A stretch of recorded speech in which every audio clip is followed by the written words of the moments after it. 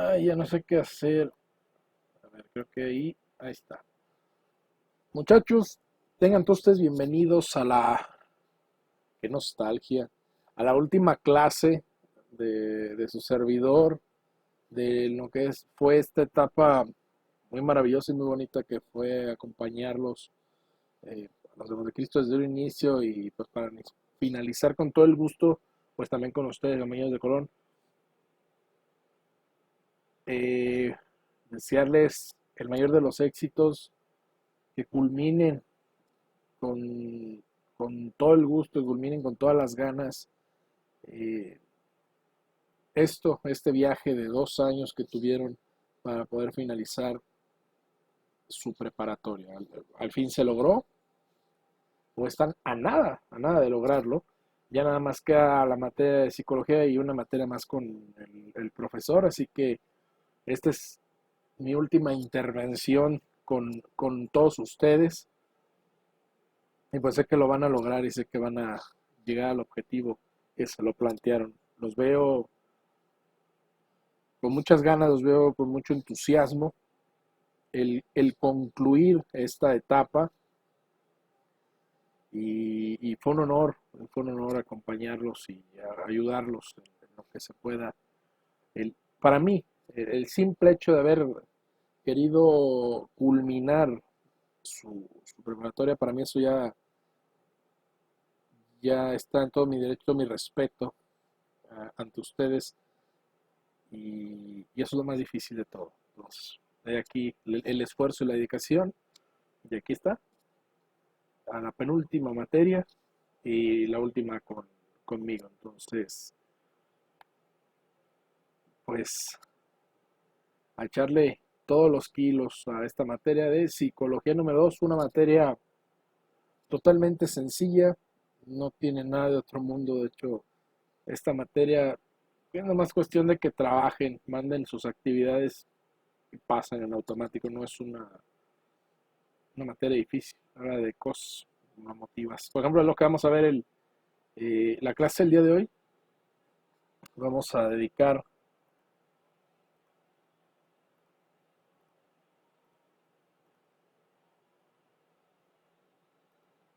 permítanme, aquí está. Nos vamos a dedicar el bloque número 1. Esta materia es de cinco días.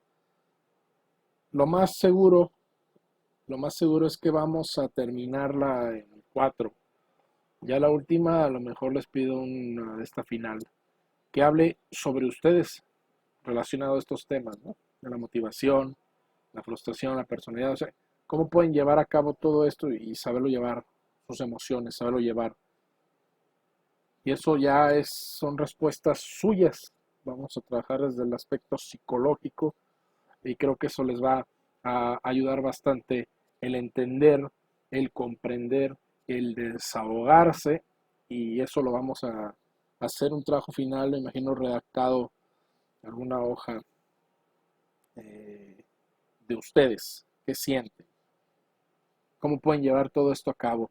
Se va a plantear como en preguntas, a lo mejor algunas 4, pero referente a esto y eso va a ser, como quien dice, su examen final.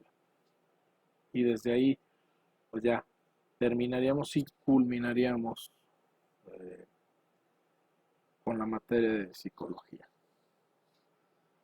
Y, y, y ya no me van a ver en cámara. Apenas que me ando mostrando, que me ando asomando en la cámara, porque sí escuché que las compañeras que se les hizo más agradable que haya aparecido en la cámara, que les gustó mucho, porque fue un poco más dinámico, no se saturaron un poco con la pura información o con mi voz, entonces entiendo, es un menos tedioso a lo mejor ya saliendo aquí con mi taza de chocomil, pero ahora no hay chocomil. Había un vaso con agua, pero se acabó. Es con agua. Bien negro, con la Pepsi, con Pepsi. Pero ahorita ya para empezar a hablar, sí vamos a tomar agua.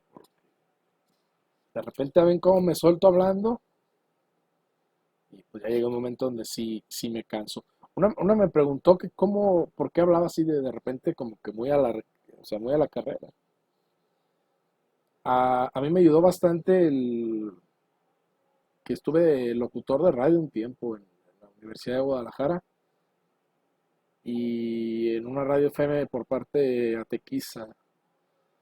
Y ahí me empecé a soltar. Cuando a mí me daba miedo dar clases, a mí me daba miedo participar, me daba miedo las exposiciones.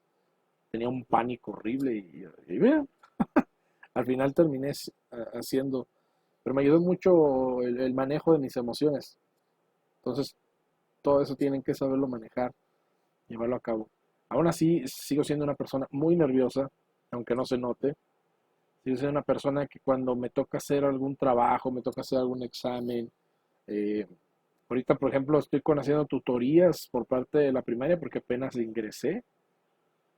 Bueno, las compañías de Colón no están al pendiente, pero este año estuve haciendo mi examen para obtención de plaza de maestro de primaria, que se logró, sea la vida, ya estamos dentro y durante 2 años voy a estar haciendo tutorías, andando actividades, trabajos y todo ese tipo de detalles, pero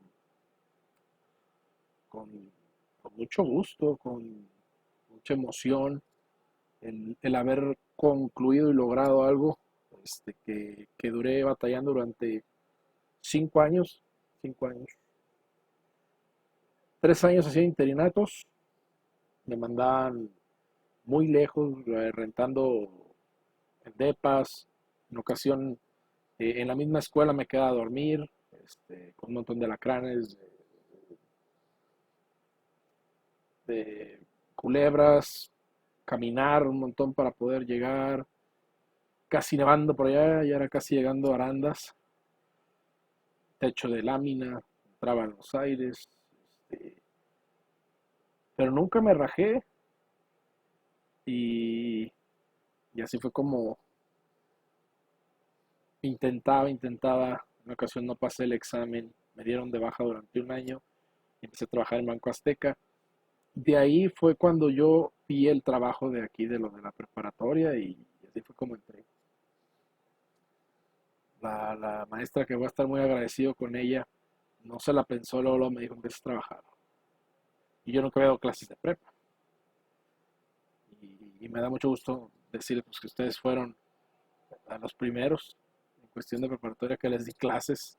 Esperemos que no sea la última. No sé qué vaya a pasar con esto de las clases. Hubo un recorte muy complicado. Desgraciadamente muchos alumnos no le encontraron ni valoraron el esfuerzo que estuvo haciendo pues, la empresa de Oxogas en pagarles su educación a ustedes.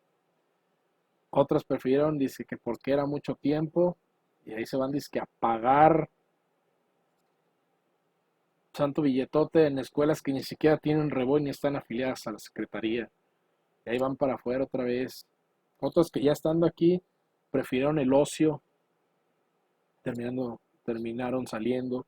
Otras a lo mejor sí por cuestiones laborales no hubo más opción más que retirarse del trabajo y automáticamente pues, se les daba de baja.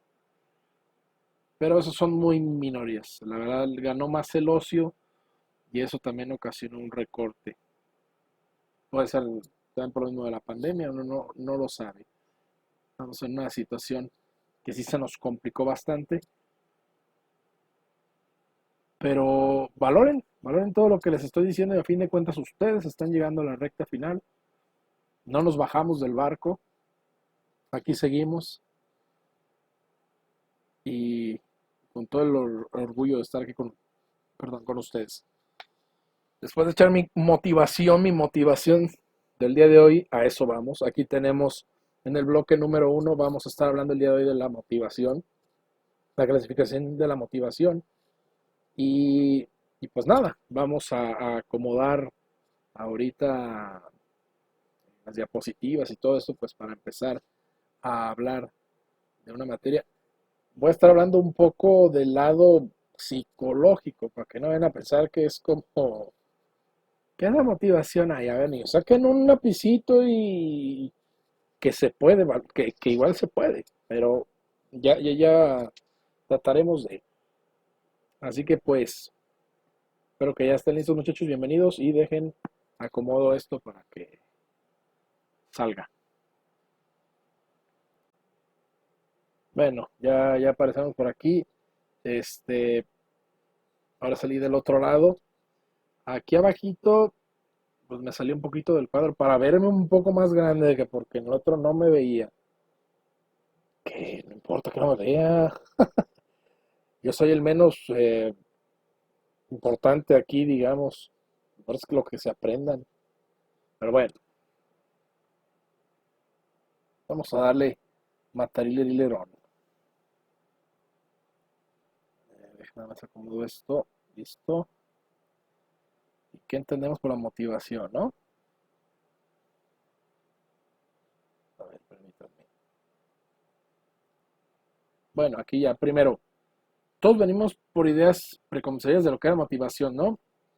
¿Qué entendemos por motivación primero, muchachos, relacionado con esto? Hay gente feliz, saltando de un lado a otro, ¿no? Motivada, etcétera. Eh, en parte sí, eso es cierto. La motivación es dejado aplicado sobre todo, por ejemplo, se trabaja con nuestras cosas, en el hábito laboral o deportivo, ¿no? Pero sería un absurdo decir que motivación es esto. Esto, motivación es algo más, mucho más. Y empezaremos preguntándonos si es necesario en realidad hablar de motivación. O hay quienes sostienen o sostenían que si es suficiente hablar de estímulos, respuestas y esos todos para explicar la conducta, ¿no? Eh, Sin embargo, damos este ejemplo, ¿no? Estas situaciones, en ambas se presentan un estímulo, que es un vaso de agua. Aquí sí, pero las cosas son distintas, ¿no? La primera situación, la persona bebe el agua, y hace una situación, la persona no la bebe. ¿A qué se debe esta diferencia en la respuesta, en la conducta de la persona? Probablemente se verá a factores internos, a cuestiones eh, internas, ¿no? Que intervienen en la conducta de esa persona. Una variable interna que interviene en su conducta. Por eso se habla mucho de la motivación como variable interviniente, porque a veces realizamos conductas ante un mismo estímulo o ante la motivación. Vemos que ante el estímulo de la respuesta se considera esto. Una variable interviniente es la motivación. Bueno, ¿y qué es la motivación? Eh, este tipo de preguntas siempre es muy eh, problemático, porque los teóricos rara vez se pueden poner de acuerdo. ¿Qué transcritos? Una definición y es una paráfrasis de otras. Primero, esto es del libro de Petri Gover, dice que se refiere a las fuerzas que actúan en un organismo para que inicie o dirija la conducta. Esto es importante, ¿no? Inicie o dirija una conducta, es decir, no solo se busca que inicie, que se active una conducta, sino que también se dirija a cierto objeto, ¿no? Y como vemos en la siguiente diapositiva, precisamente la activación y la dirección son los principales indicadores de la motivación. Y luego dice, busca explicar la intensidad y persistencia de la misma, o sea, no solo la intensidad que se realiza, sino que se mantenga en el tiempo. Eh, Luego, la segunda definición, Fernández, Abascal, Palmer y Martínez Sánchez proponen esta definición. Dice que la motivación es un proceso básico relacionado con la consecución de objetivos que tienen que ver con el mantenimiento de la mejora o la mejora, perdón, de la vida de un organismo. Esto es interesante, ¿no? Esto es algo básico, está presente en todos los organismos, pero al parecer, al pensar en el ser humano, los autores dicen relacionado con la consecución de objetivos. Ya, o sea, el ser humano sería una forma propositiva los otros animales no, pues que tiene que ver con el mantenimiento o la mejora de la vida de un organismo. Mantenimiento no solo la parte económica, ¿no? O las habilidades, sino también la vida de la mejora. Trata de ser un poco global. Y luego Reeve dice que el estudio de la motivación busca responder dos eternas preguntas. Uno, ¿cuál es la causa de la conducta? Y dos, ¿por qué la conducta varía en intensidad? Son las grandes preguntas de Reeve. Y bueno, esto vamos a pasarlo porque es algo bien amplio y no, es nomás para que sea una idea. Y aquí quiero centrarme en algo. ¿Qué es la motivación? Seguimos preguntándonos y encontramos dos indicadores principales o dos características que respaldan la motivación, la activación y la dirección. En la activación podemos encontrar o podemos buscar indicadores tanto en la respuesta manifiesta, en la persistencia como en la fuerza. Y la dirección, bueno, se da con las preferencias. Esto lo vamos a ver ahorita en las siguientes diapositivas como es la vida, pero primero la activación, respuesta manifiesta. La respuesta manifiesta sería el indicador de la motivación porque en los animalitos pues es una conducta diferente, ¿no? Entonces puede ser que esté motivado. Inicialmente es una buena, es un buen indicador. Sin embargo, hay situaciones en las que ese indicador no es tan bueno. Por ejemplo, aquí tenemos a un conejito asustado que sin embargo está asustado, pero no se mueve. Entonces está paralizado, no hay una conducta así. Digamos que el conejito no está motivado porque simplemente no se mueve, se quedó estático.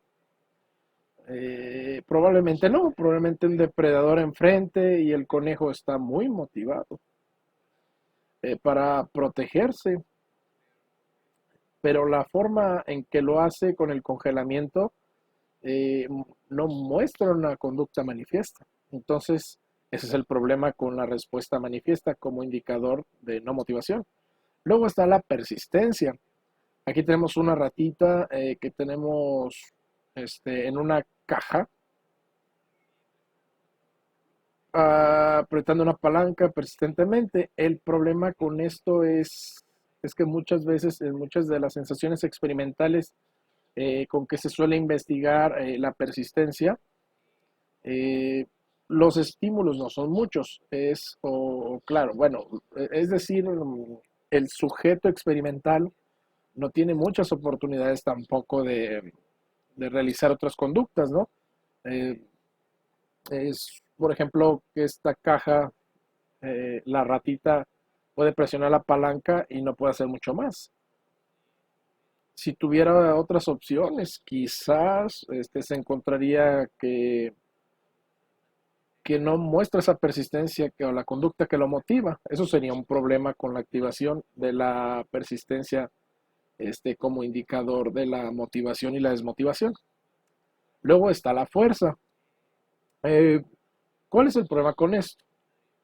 A ver, imaginemos que seamos una rata que cuando presiona con fuerza una palanca va a obtener alimento y cuando la presiona hábilmente no. Entonces la ratita cuando va a presionar con más frecuencia la palanca con fuerza.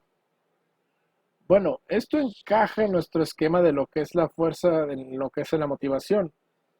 Mientras más fuerza presione la palanca, más motivada va a estar. Pero imagínense que hayamos o que le enseñemos lo contrario, que la condicionemos para que cuando presione la palanca débilmente obtenga alimento y cuando la presione con fuerza no lo tenga. Entonces ahí va a pasar una situación un poco paradójica.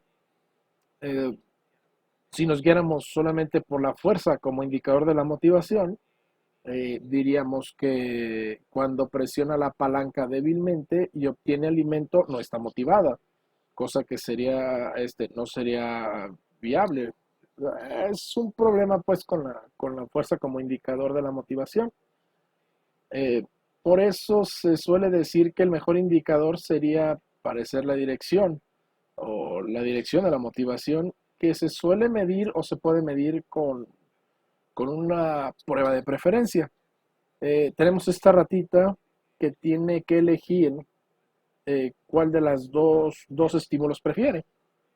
Eh, por ejemplo, aquí le ponemos un tazón con agua y un tazón con agua azucarada.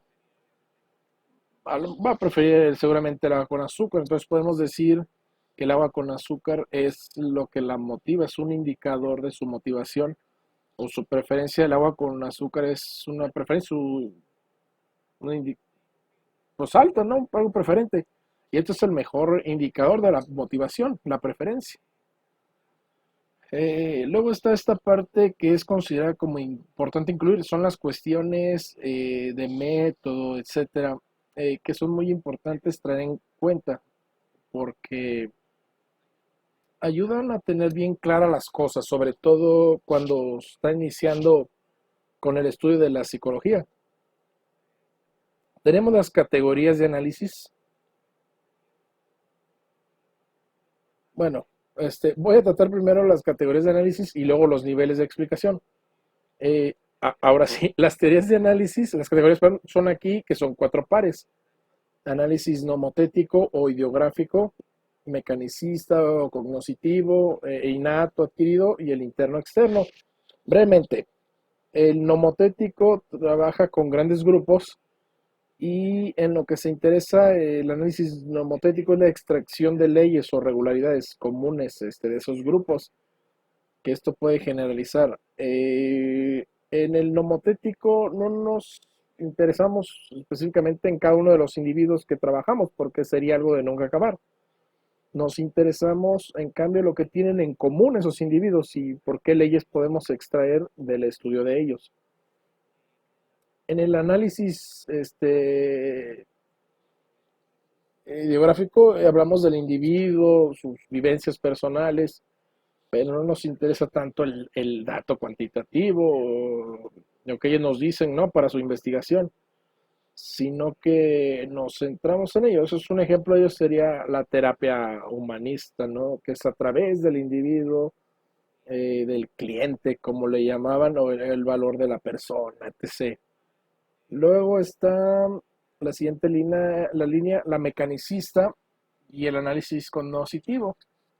El mecanicista sostiene que los procesos eh, que rigen nuestra conducta son moleculares. O sea, ¿qué quiere decir?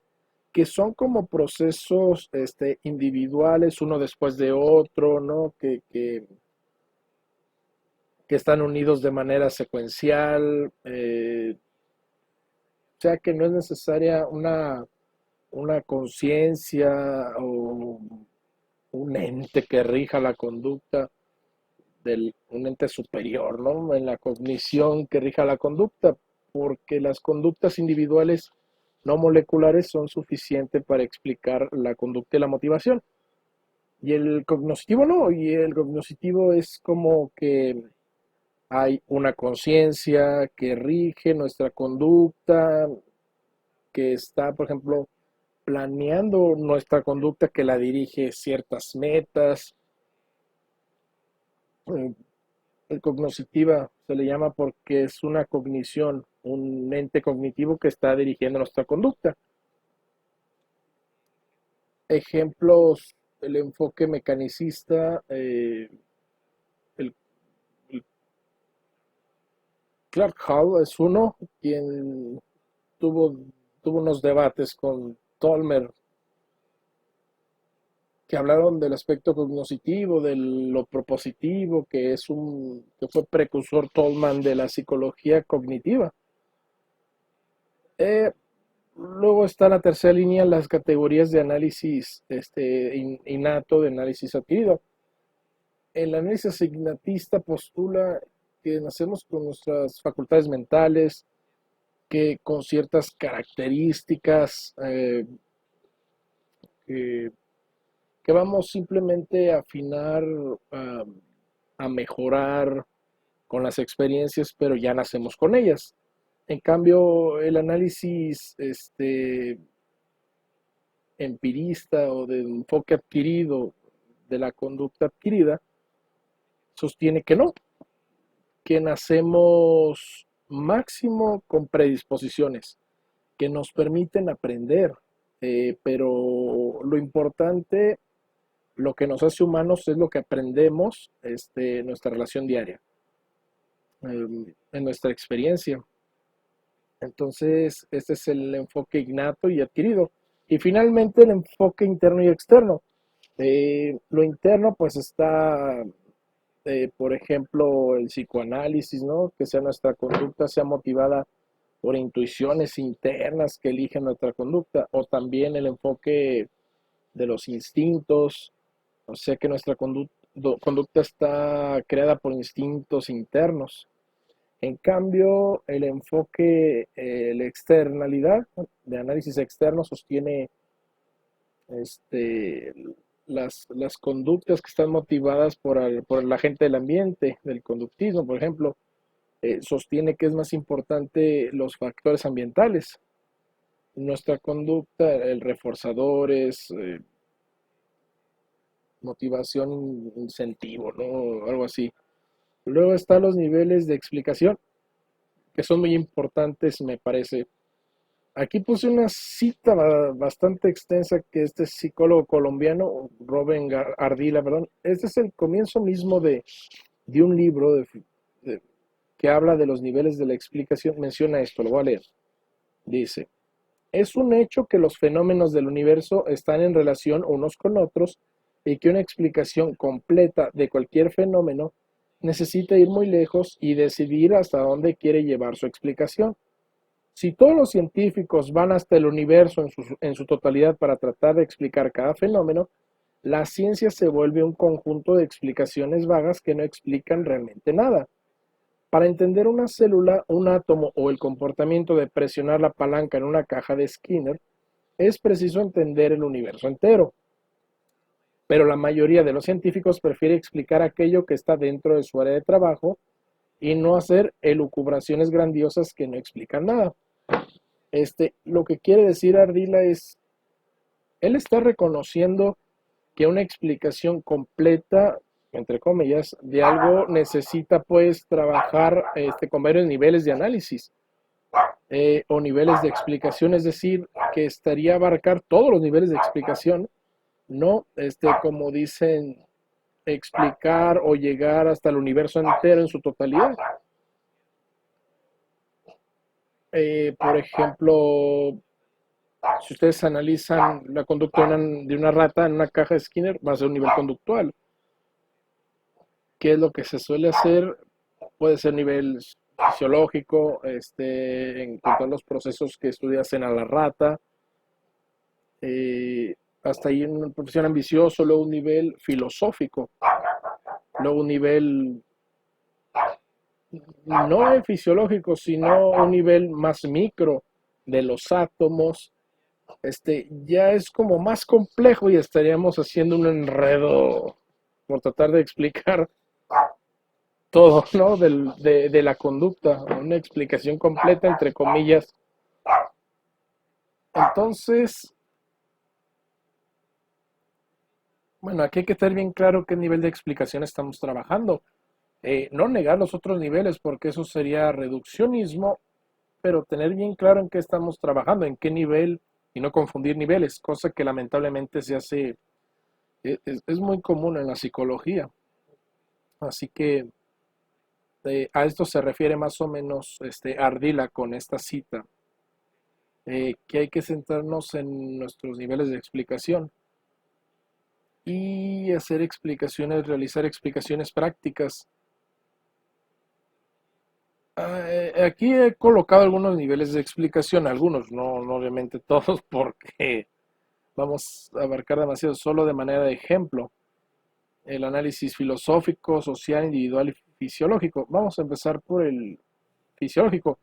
El fisiológico se trabaja con este tipo de instrumentos, etcétera. En la primera imagen de la izquierda Ven, es un esquema de una fotografía del famoso experimento de Olds y ellos trabajaron la autoestimulación cerebral y de caso por accidente le tuvieron que poner un electrodo en las ratitas que estaba conectado un letrero a una palanca que la misma rata podía presionar.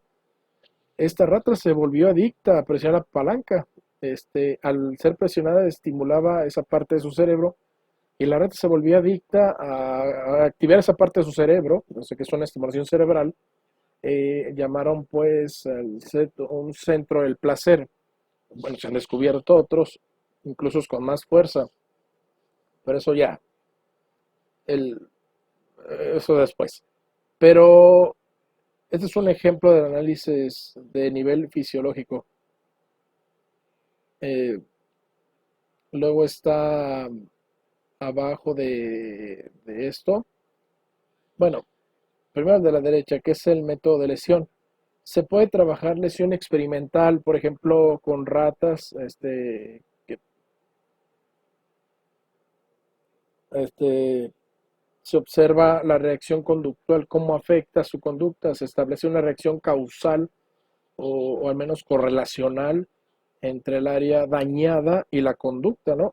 Cómo está relacionada eh, esa área específica con la conducta del animal.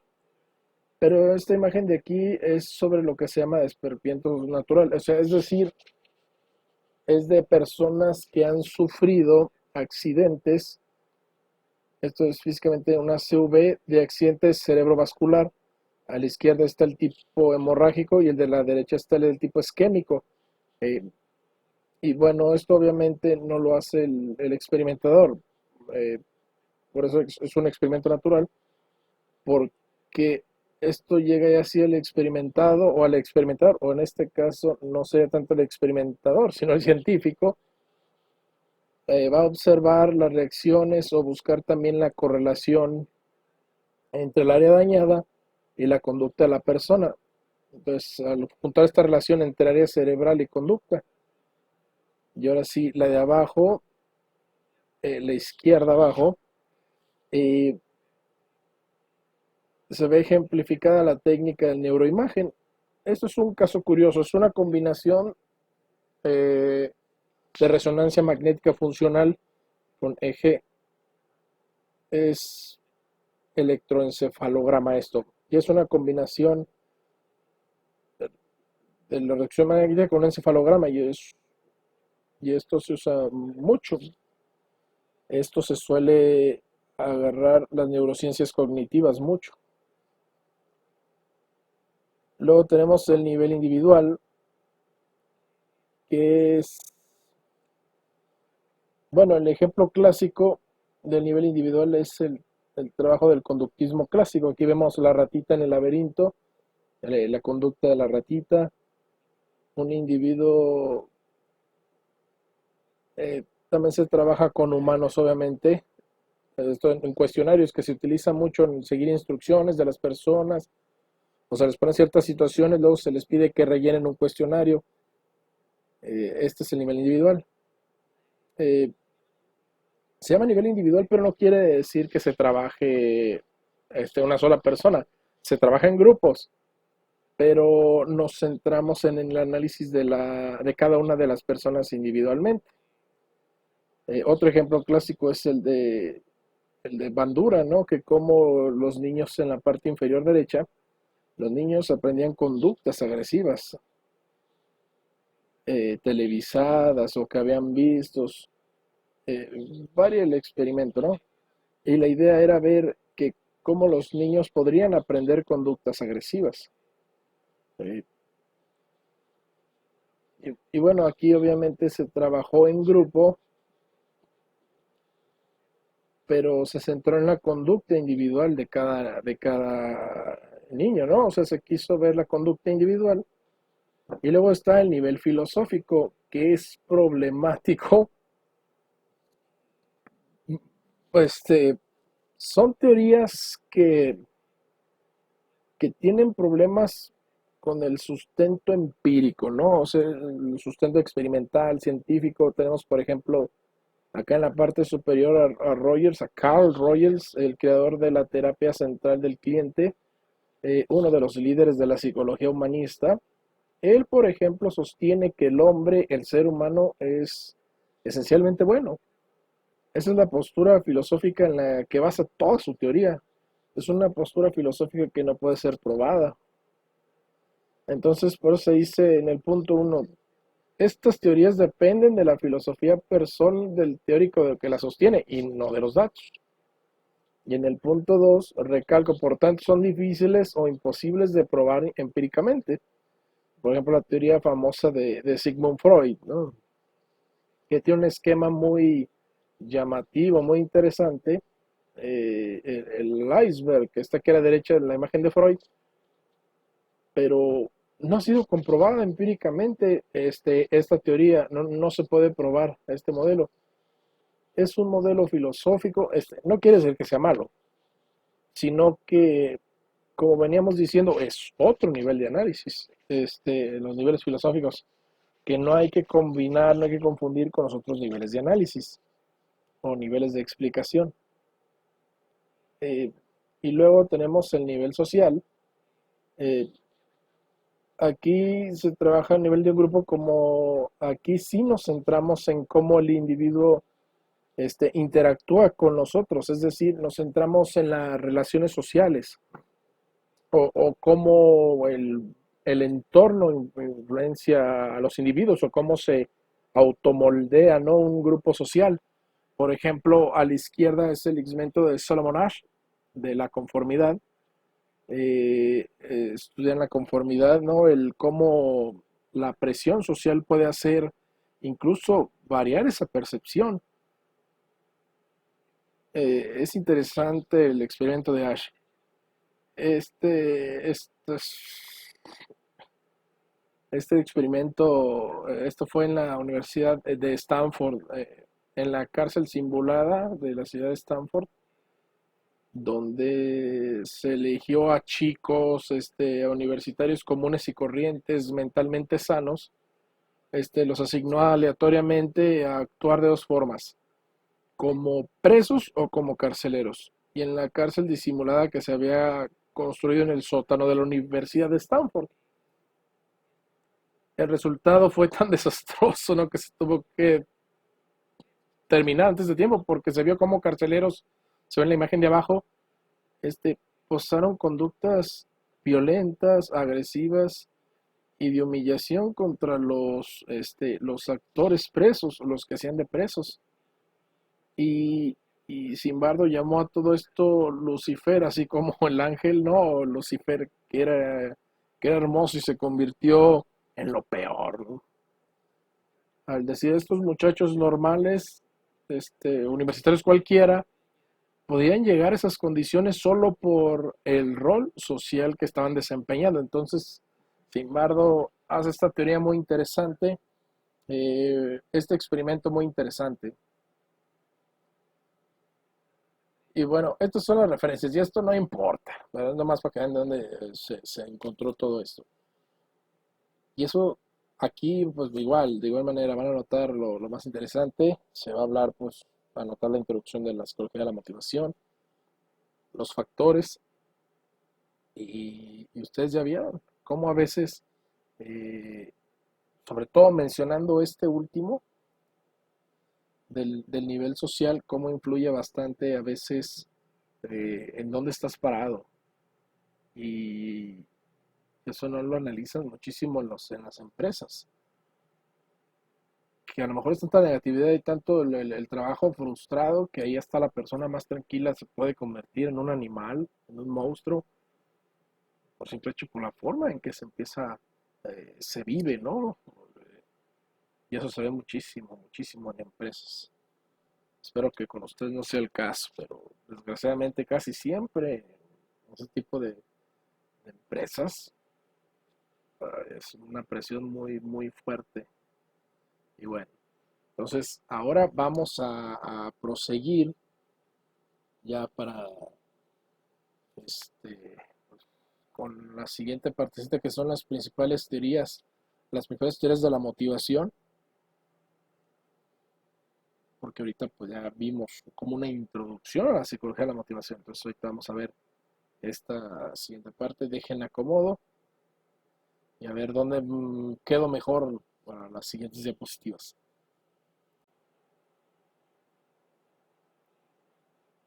Ok, muchachos, pues ahora me encuentro acá abajo. Ya estuve aquí arriba, aquí, ya estuve allí en la esquinita, ahora aparezco aquí, ya nomás falta allá. Es que acuérdense que la cámara está al revés. Según yo estoy apuntando hacia la derecha, pero allá va a parecer que estoy a la izquierda. Por eso me hago bolas, no creen que ando mal.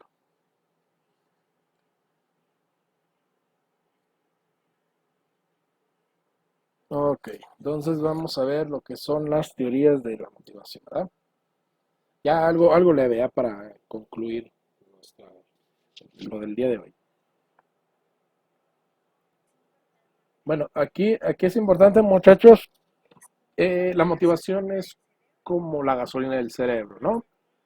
Desde el punto de vista, por ejemplo, etimológico, la palabra motivación está compuesta por dos.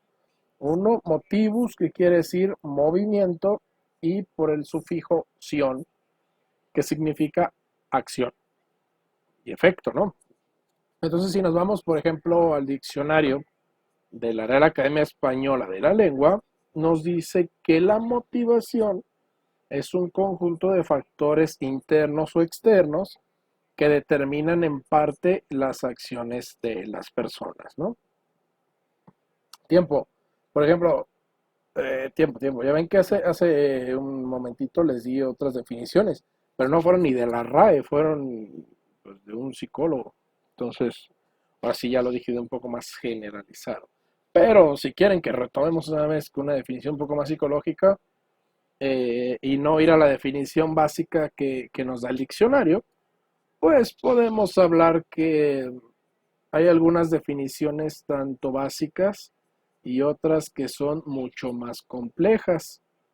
Entonces, por ejemplo, podemos encontrar aquí que la motivación es un estado interno que incita, dirige y mantiene la conducta de acuerdo con Wolfer. ¿No?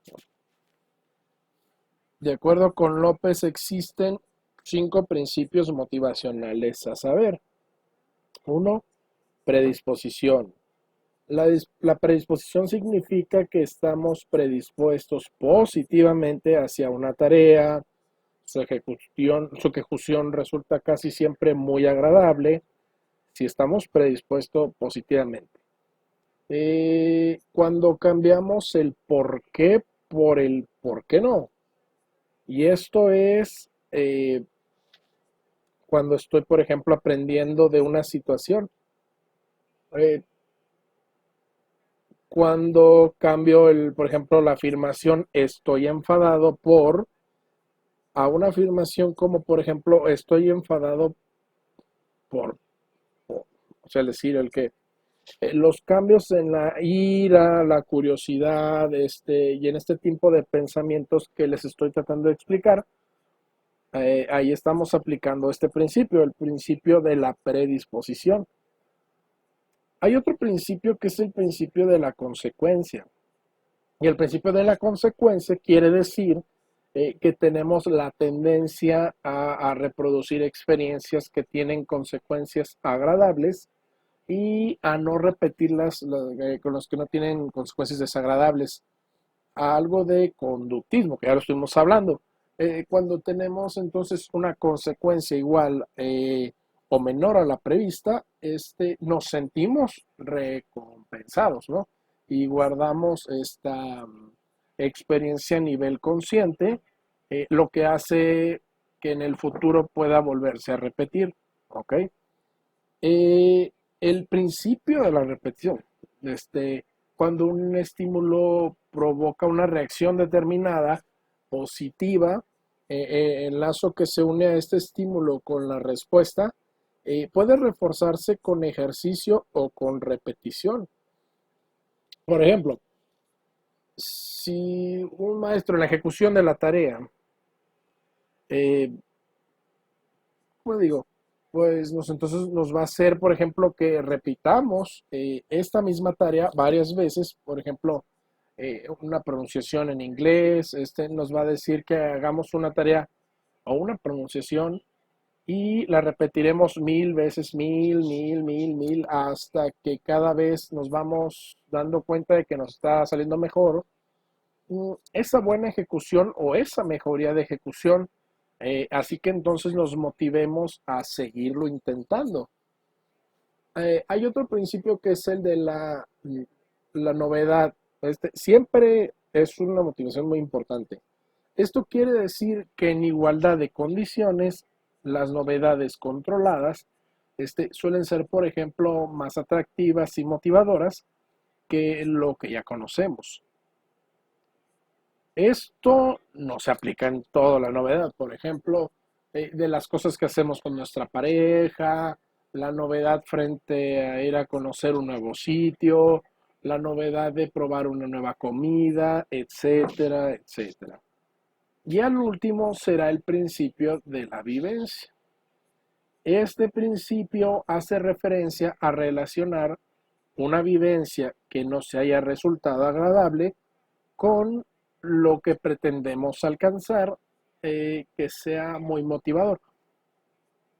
Esta vivencia puede referirse entonces a alguna experiencia vivida anteriormente, como alguna experiencia novedosa que podamos llevar a cabo, gestionándola sensorialmente, es decir, a través de todos nuestros sentidos.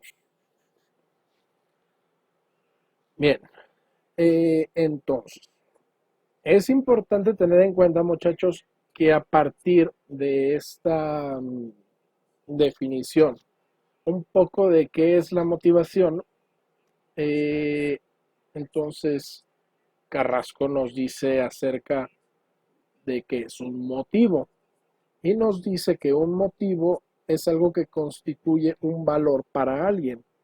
La motivación entonces está constituida o conformada por un conjunto de valores que hacen que una persona se ponga en marcha para su consecución. La motivación hace que salgamos de la indiferencia para entrar y conseguir el objetivo previsto. Entre el motivo y el valor no hay diferencia. Esto motiva lo que vale para cada sujeto. Todos tendremos también motivadores diferentes. Con ustedes ahorita a la escuela, ¿no? Entonces, en esta aproximación a lo que es la motivación, tenemos varios elementos. Uno, la indiferencia, otro, el motivo, otro, el objetivo y por último, la satisfacción. Pero eso lo vamos a seguir viendo en otras clases, ¿no? Pero la indiferencia es un estado irregular cuando un sujeto aún no ha encontrado algún motivo para ejecutar la acción. El motivo entonces será así,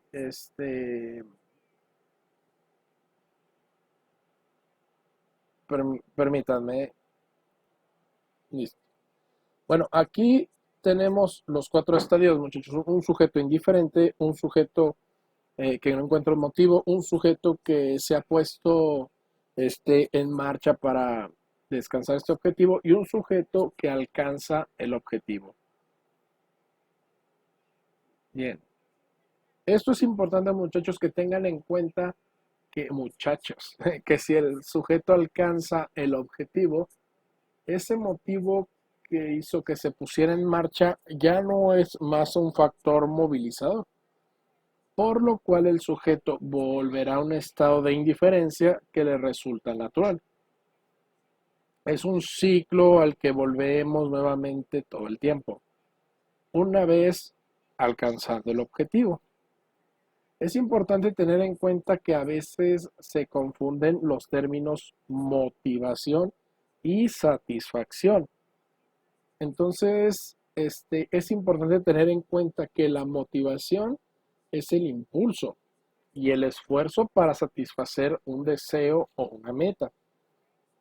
Y la satisfacción es el gusto experimental cuando alcanzamos el deseo posterior a este resultado. ¿Ok? Ardila, una vez más, que la motivación es concebida como una variable intermedia. O sea, que no se observa la motivación en sí, sino que se observa el comportamiento motivado y de él se define la existencia de la motivación.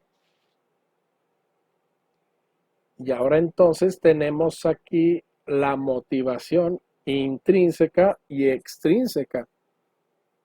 Es decir, teniendo en cuenta todos estos antecedentes del comportamiento, los consecuentes y demás, Woolfolk nos habla de la motivación intrínseca y extrínseca. Como ya se comentó, la motivación intrínseca está asociada con actividades que son reforzadas en sí mismo, lo que nos motiva a hacer algo cuando no tenemos que hacerlo. Y la extrínseca será la motivación creada por factores externos como las recompensas y los castigos.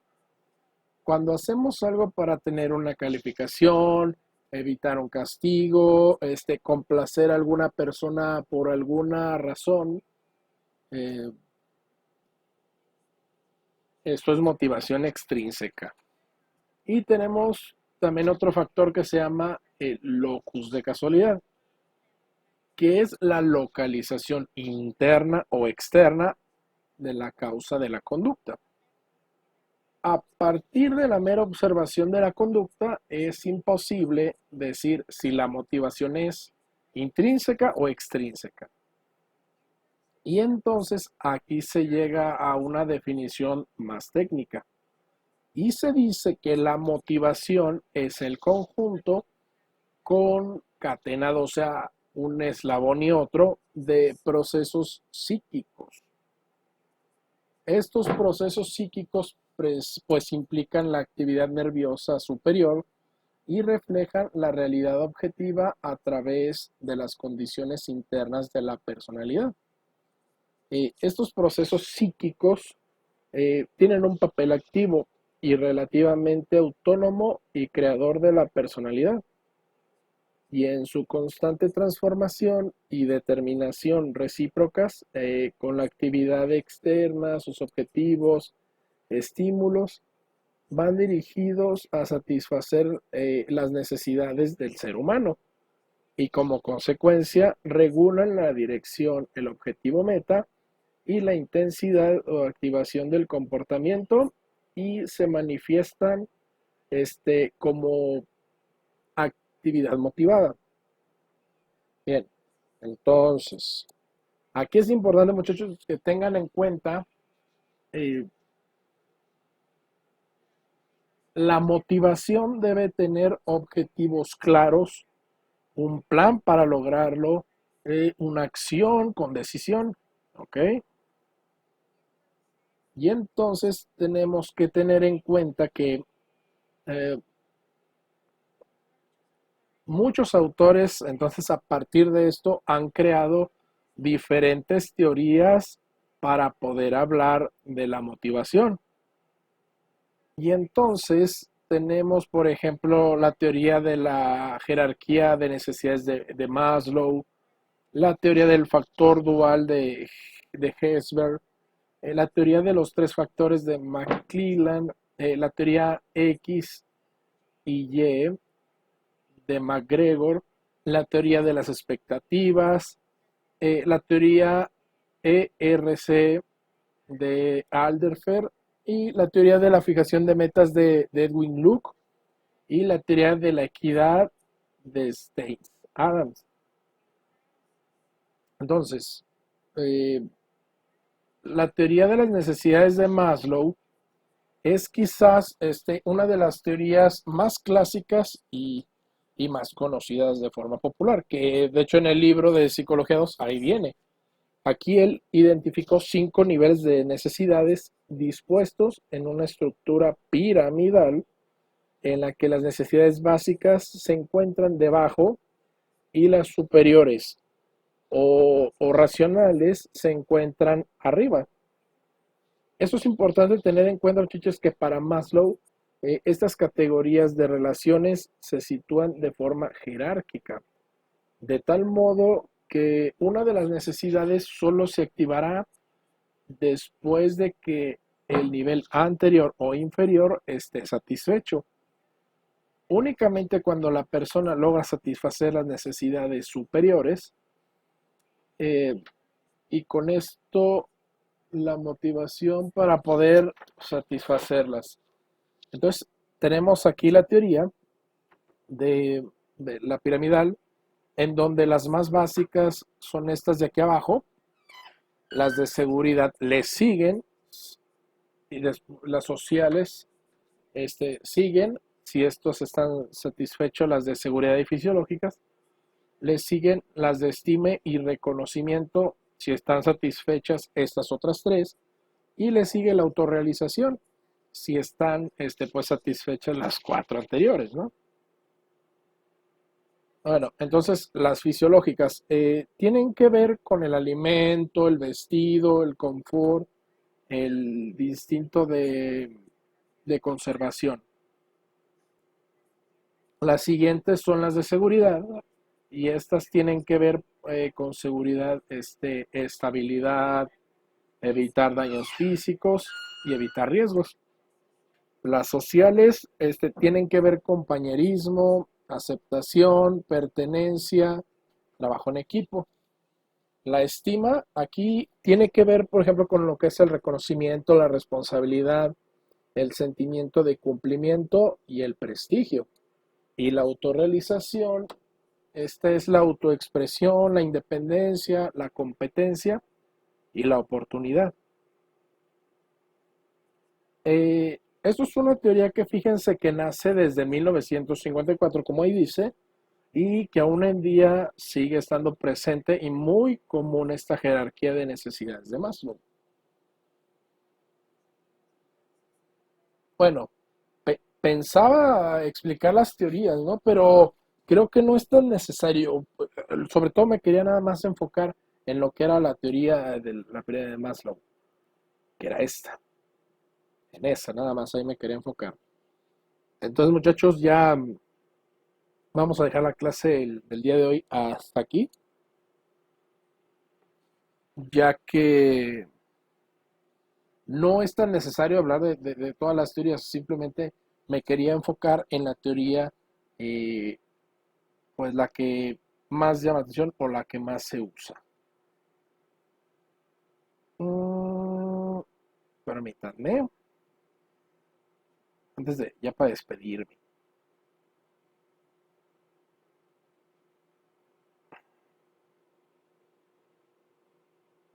Ok, no, no, ya acabé, nada más para despedirme. Y pues bueno, ya con esto concluimos la primera clase de psicología. Quedó de todas maneras pendiente lo que es la frustración. Ahorita les voy a dejar un video cortito de sobre lo que es la frustración, ya nomás para culminar la clase el día de hoy. 5 minutitos, 6. Más como para enfocarnos ya directamente mañana a lo que es el siguiente bloque, es el bloque número 2. Porque sí me interesa que en el último día de clase sí sea directamente lo que les voy a pedir sobre ustedes. Entonces, dejo este videito y damos por terminada la clase del día de hoy. Espero que les haya gustado. Díganme si les gustó. Ahora sí que digan, ay, el maestro ya sabe más. Luego ya traigo mis gorritos navideños y todo, porque bueno, pues ya mañana pues ya es 1 de diciembre. Entonces quería como iniciar, despedir el mes de noviembre y pues ya mañana iniciar con el mes de sembrina, ¿no? Entonces, y además es como de gusto, porque ya automáticamente mañana iniciamos con la segunda clase, pero llegamos al mes de diciembre, su culminación. Creo, no, a lo mejor es hasta enero, creo. No, si es en diciembre, si lo terminan en diciembre. Entonces, espero que les haya gustado, dudas, sugerencias, puntos de opinión también son muy válidos y que además, ¿sabe qué? Si me gustó, maestro, ¿para qué sale? Este, la neta no. Oh, maestro, me gustó más que se ve mejor acá arriba, se ve mejor acá, se ve mejor aquí. Quedó pendiente salir del otro lado, perdón. Pero igual, aquí estoy. Ya. Ya salí en los 4 lugares. Pásenla bonito. Nos estamos viendo entonces aquí el día de mañana, a la misma hora, en el mismo canal, para terminar con esto y darle ahora el seguimiento a lo que es el bloque número 2. Un fuerte abrazo para todos, todas, no hay muchachos ya, todas. Un fuerte abrazo y nos estamos viendo entonces aquí el día de mañana. No se les olvide, cuadro sinóptico, resumen, ese cuadrito, esa pirámide, anótela en su cuaderno, todo eso. Pásenla bien y nos vemos mañana. Bienvenidos a este espacio de autoconocimiento y reflexión. Soy María Gutiérrez Villalbazo, psicóloga psicoterapeuta, y los invito a que se suscriban a este canal para juntos ir trabajando en su crecimiento y desarrollo personal. El tema de hoy es la frustración. La frustración es un sentimiento bastante desagradable, pero a la vez es necesario para nuestro crecimiento personal. La frustración tiene que ver porque nos desapegamos de una realidad, tiene que ver con las expectativas caídas, tiene que ver con el no cumplimiento de nuestros deseos. Es decir, ponemos primero a la expectativa antes que la realidad. Y como la expectativa no es la realidad, pues lógicamente va a generar la frustración. De ahí nace la frustración. Ahí no termina. La frustración a su vez genera agresividad. La agresividad es buena, puesto que es el motor de toda acción humana. La agresividad es lo que me hace hacer, deshacer, buscar, motivarme, sacar esta garra para poder hacer las cosas, llevado de una manera saludable. Pero la agresividad, llevarla de una manera perjudicial, es la que nos va a dirigir hacia una violencia. Por eso es peligroso la frustración cuando no se tiene un buen manejo, porque esa agresividad se vuelve contra mí o contra el que está frente a mí. Puede ser violencia pasiva o activa hacia uno o hacia otros. La violencia activa es lo que se ve y la violencia pasiva es lo que no se ve, pero igualmente daña. Cuando es hacia otros de manera activa, pues es cuando golpeo, cuando maltrato, cuando humillo, y de manera pasiva es cuando los saboteo, cuando soy impuntual, cuando doy dobles mensajes. Y hacia uno mismo, de una manera activa, es cuando me corto, el famoso cutting, cuando me drogo, no cuido mi alimentación, ¿sí? Cuando vienen estos descuidos, etcétera, etcétera. Y de manera pasiva es cuando me autosaboteo, cuando me deprimo, cuando me pongo ansioso, cuando genero una serie inclusive de enfermedades. Hay maneras de manejar esta frustración. Les voy a poner un ejemplo para que esto quede más claro. Imagínense 2 personas que salen de viaje y al regresar se dan cuenta que han sido robados. Estas 2 personas evidentemente caen en una terrible frustración, en un enojo, en un sentimiento bastante desagradable. Pero el sujeto 1 reacciona de una manera en donde le da tanto miedo volver a salir que entonces se aísla y se queda en casa enfermando de los nervios, después desarrolla agorafobia, que es este miedo a salir, inclusive se pelea con su pareja porque uno le dice que lo supere, el otro no lo supera, etcétera, etcétera. El sujeto 2 pone una denuncia, se cerciora de que todo esté con las debidas protecciones, cambia chapas, empieza a ahorrar por si le vuelve a pasar esto y sigue con su vida. El sujeto 1 aquí se queda con la frustración llevada hacia una agresividad que lo daña, se lleva a violentarse. El sujeto 2 utiliza esa agresividad de la frustración para moverse, para hacer cosas, para no detenerse, sino que ser y estar mejor. ¿Sí ven cómo la frustración es necesaria en nuestra vida? Cuando nos limita es cuando está el problema. ¿Qué tendríamos que hacer para ir precisamente por un camino saludable de un buen manejo de la frustración. Tendríamos que darnos cuenta primero de que estamos pasando por esta impotencia, es decir, aceptar que estoy frustrada. Después tendríamos que tener muy claro qué me frustra, lo que sucede o lo que creo que sucede. Porque si yo estoy enfocada en mi presente, pase lo que pase, voy a poder asumirlo. Pero si yo estoy enfocada en que quiero que las cosas sucedan como yo quiero, como mis expectativas, como mis deseos, voy a vivir eternamente frustrada. La invitación entonces es, reflexiona. ¿Cuáles o cómo han sido tus manejos de la frustración? ¿Te han llevado a generar soluciones? ¿O te han llevado a violentarte y violentar? También sería interesante revisar qué tipo de violencia utilizas, hacia ti mismo o hacia otros, de manera pasiva o de manera activa. Es interesante tener este tipo de reflexión, puesto que nos da un mayor autoconocimiento y un manejo emocional de las situaciones. Si tienes preguntas, dudas, comentarios, te invito a que los escribas aquí abajo y con gusto los iremos respondiendo. Agradezco que lo compartas y que le pongas like. Gracias. Nos vemos en el próximo video.